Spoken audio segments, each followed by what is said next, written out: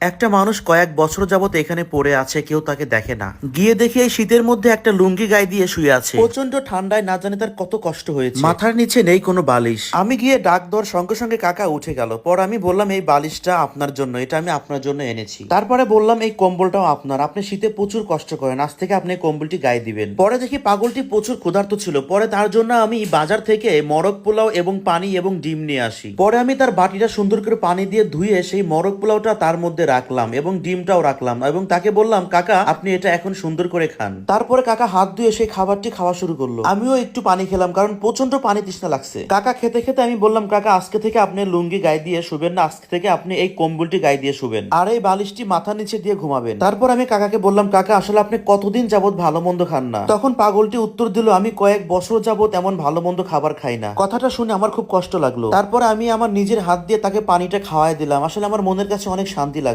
সত্যি কথা বলতে তিনি এই খাবারটি মনে অনেক শান্তি এবং তৃপ্তি নিয়ে খেলো। সম্পূর্ণ খাবারটি খাবার পরে তিনি বললো, আমি অনেক শান্তি করে খেলাম। তারপরে তিনি পানি খেলো। তার গায়ে প্রচন্ড জ্বর এবং ঠান্ডা লেগেছিল, তাই আমি তাকে ওষুধ খাইয়ে দিলাম। এবার দেখেন তার মুখে কত সুন্দর হাসি। তিনি খাবারটা খেতে পেয়ে এবং তিনি এই জিনিসপত্রগুলো পেয়ে তিনি এতটাই খুশি হয়েছেন যে যা বলার ভাষা নেই আমার। তারপরে তিনি আমাকে বলল, আমার অনেক ঠান্ডা লাগছে, আমি একটু শুবো, আমাকে একটু শোয়ার ব্যবস্থা করে দেন। তাকে আমি তখন বালিশটা বিছায় দিলাম এবং আমি পরে তার গায়ে কম্বলটি দিয়ে দিলাম। তারপর আমি বিদায় নিলাম। সবাই ভালো থাকবেন, খোদা হাফেজ।